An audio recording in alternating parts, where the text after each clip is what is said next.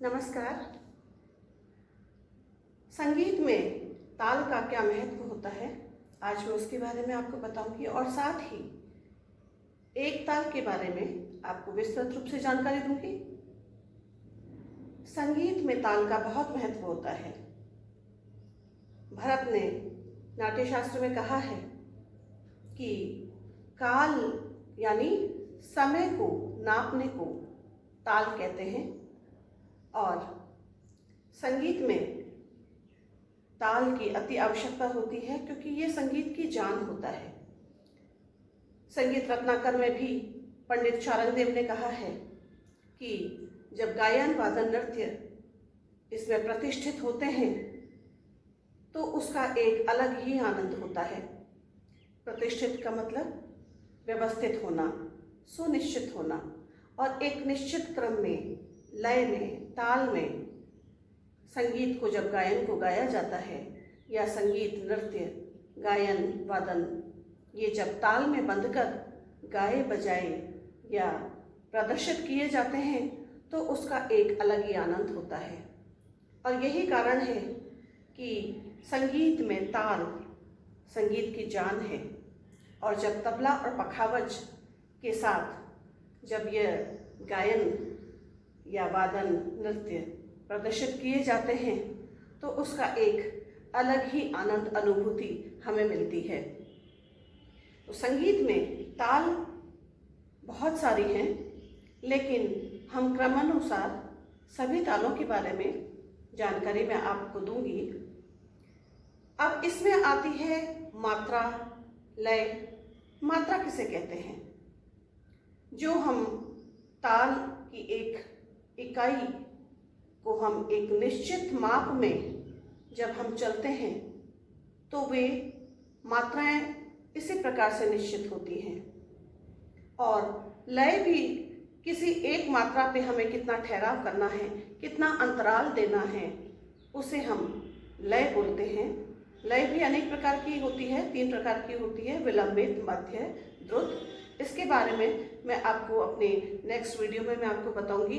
आज मैं आपको भारतीय संगीत में ताल, एक ताल के बारे में जानकारी दे रही हूँ जिसका बहुतायत से प्रयोग किया जाता है। शास्त्रीय संगीत में ताल, एक ताल का प्रयोग छोटे ख्याल में भी, विलंबित ख्याल में भी इसका प्रयोग किया जाता है, लेकिन उसके लय के जो स्वरूप हैं वो बदल जाते हैं। विलंबित ख्याल में हम उसे अति विलंबित, विलंबित लय में प्रयोग में लेते हैं। द्रुत ख्याल में हम इसे द्रुत लय में प्रयोग में लेते हैं और मध्य लय के जो ख्याल होते हैं उसमें हम एक ताल को मध्य लय में गाते हैं। इसलिए यह बहुत सुशोभित होती है और इसका बहुतायत से प्रयोग किया जाता है। आज मैं आपको ताल, एक ताल के बारे में बता रही हूँ। ताल, एक ताल 12 मात्रा की ताल होती है और इसके प्रत्येक खंड में, इसके 6 खंड किए गए हैं। प्रत्येक खंड में 2-2 मात्राएं इसमें रखी गई हैं। आप मात्राएं कह सकते हैं, इसके बोल कह सकते हैं, वो रखे गए हैं। तो इस प्रकार से 6 खंड में 12 स्वर विभाजित किए गए हैं। किस प्रकार से देखिए, 1, 2 और उसके बाद ये खंड हो गया 3, 4, फिर से आप खंड को विभाजित करेंगे 5, 6, फिर से खंड को विभाजित करेंगे 7, 8, फिर से आप लाइन खींचेंगे 9, 10 और फिर से एक लाइन खींचेंगे और 11, 12। इस प्रकार से प्रत्येक में 2-2 मात्राएं हैं वो रखी गई हैं। और इसके बाद इसके बोल किस प्रकार से होंगे, 1 के नीचे धिन, धिन, ये 1 और 2 मात्रा के नीचे ये बोल आ रहे हैं ताल के। 3, 4, इसके नीचे धा के, तीर, कीट। अब आप लिखते समय ये ध्यान रखें, जो अधिकतर स्टूडेंट्स इसकी बहुत गलतियां करते हैं, धागे एक में हैं, ये आपको इस तरह से नीचे चिन्ह लगाना है। और तिरकिट, तिरकिट भी एक ही मात्रा में है, 4 के नीचे। धागे, तिरकिट, ये 3 और 4 पे आ गया। 5, 6, इसके नीचे आ रहा है, 5 के नीचे तू, 6 के नीचे ना, यानी तू ना। उसके बाद है मात्रा 7 8, और 7 और 8 में किस प्रकार से, 7 के नीचे क और 8 के नीचे ता, यानी मात्रा होगी क ता। अब मात्रा हमारी आती है 9 10, तो इसमें 9 के नीचे फिर से हम लिखेंगे धागे, और धागे हमें इसी प्रकार से एक साथ करना है, धागे, और 10 के नीचे है तिरकिट। तिरकिट को भी हम एक साथ इस तरह से ये अर्ध चिन्ह लगाएंगे, ध्यान से देखें। और उसके बाद 11 12, 11 के नीचे धिन और 12 के नीचे ना।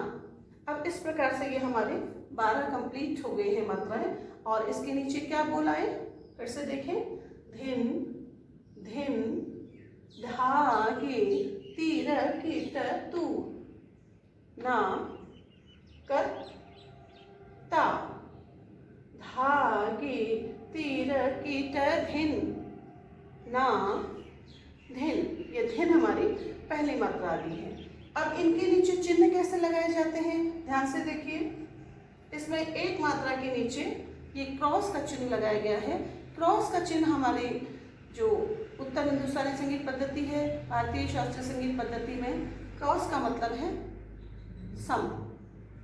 पहली मात्रा जो होती है उसके नीचे क्रॉस का चिन्ह लगाया जाता है, लेकिन हम उसे क्रॉस नहीं बोलते, उसे हम सम बोलते हैं। सम पहली मात्रा। उसके बाद 3 के नीचे है 0, ये हमारा खाली दर्शाता है।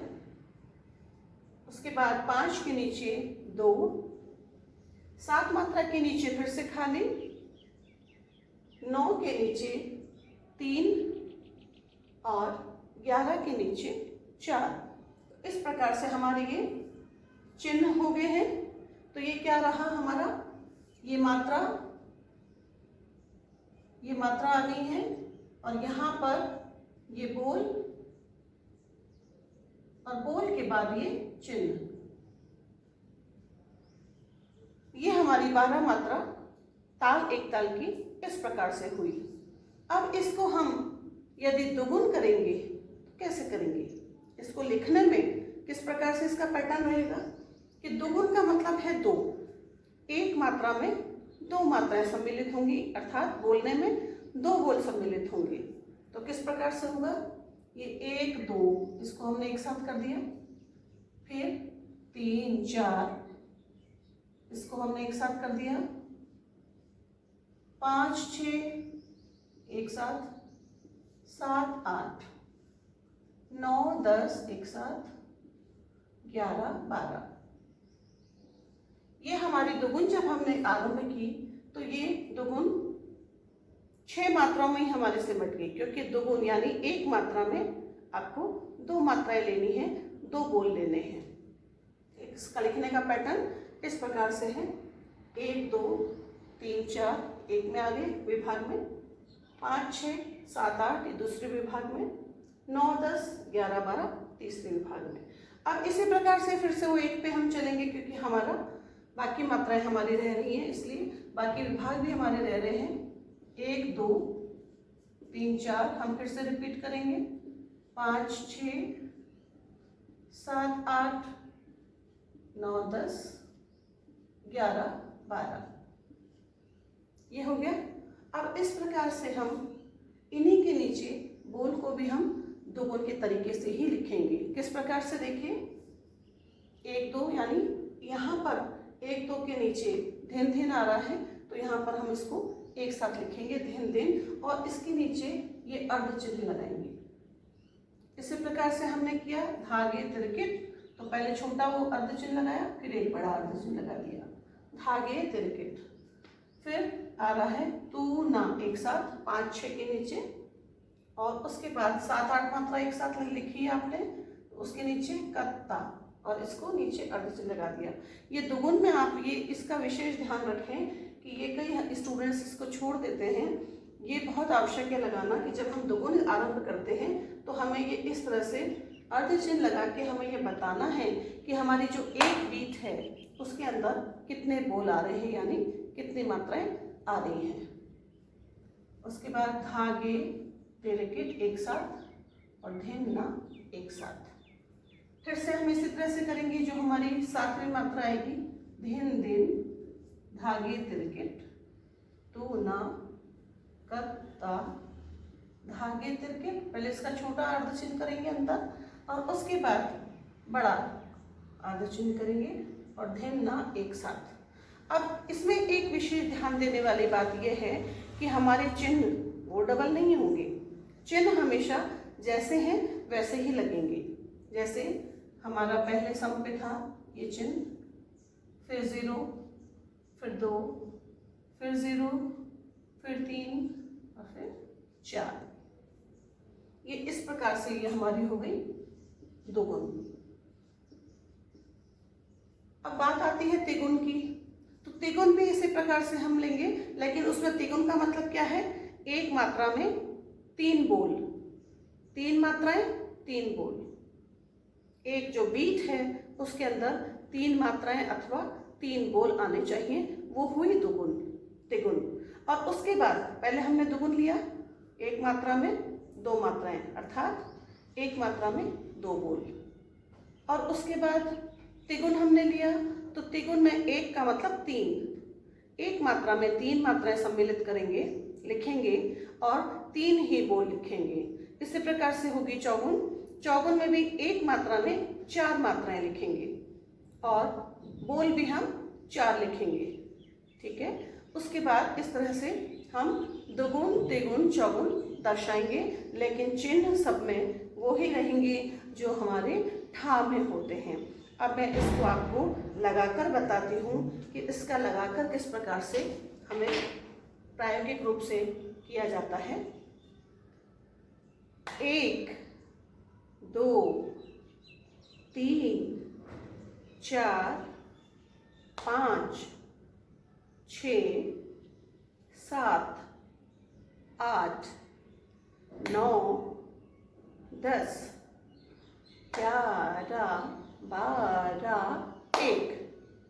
हमेशा हम ताल जब लगाते हैं हाथ से तो पहली मात्रा पर हम छोड़ते हैं, हम 12 तक नहीं छोड़ते। कुछ स्टूडेंट्स ऐसा ही करते हैं कि 12 के बाद वो बिल्कुल छोड़ देते हैं, ठीक है हो गया। लेकिन हमेशा ये एक तरीका बनाया हुआ है, एक ये नियम है कि हमेशा हमारी जितनी भी उस ताल में मात्राएं हैं वो कंप्लीट होते हमें फिर से एक पे, यानी पहली मात्रा हम कह सकते हैं सम, उस पे लगा के हमें छोड़ना चाहिए। ये हुआ मात्राओं से ताल एक ताल। अब इसे हम बोल में कैसे लगाएंगे? देखिए, धिन धिन धागे तिरकिट तू ना कत्ता धागे तिरकिट धिन ना धिन। ये हमारा ताल एक ताल का ठा हो गई। अब इसी को हम दुगुन में कैसे लगाएंगे? देखिए, लगाने में हमारी वो ठा ही चलेगी, लेकिन हम बोल से जब बोलेंगे मुंह से तब हम उसे दुगुन करेंगे। जब तिगुन करना होगा तब तिगुन लय में बोलेंगे, और जब चौगुन करना होगा तब चौगुन लय में बोलेंगे। देखिए, ताल एक ताल की दुगुन। धिन धिन धागे तिरकिट तू ना कत्ता धागे तिरकिट धिन ना धिन धिन धागे तिरकिट तू ना कत्ता धागे तिरकिट धिन ना धिन।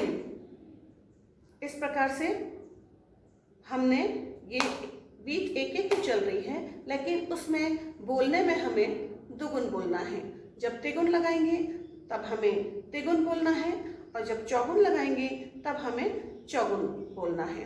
तो इसलिए बोलने में ही हमें लय को दर्शाना है कि वह दुगुन हम कर रहे हैं, तिगुन कर रहे हैं या चौगुन कर रहे हैं। और इसी प्रकार से जब हम लिखेंगे तब ठा लिखेंगे, और ठा के बाद दुगुन में भी हम लिखने में बोल और मात्रा के द्वारा हम दिखाएंगे कि किस प्रकार से दुगुन लिखी जाती है। लेकिन यह बीट एक एक ही चलेगी, और इसमें ये चिन्ह भी जो ठा में निश्चित किए गए हैं उसी प्रकार से ये लिखे जाएंगे, और बोलने में भी इसी प्रकार से होंगे। मैं एक बार पुनः आपको ताल एक ताल करके बताती हूँ, ध्यान से देखें।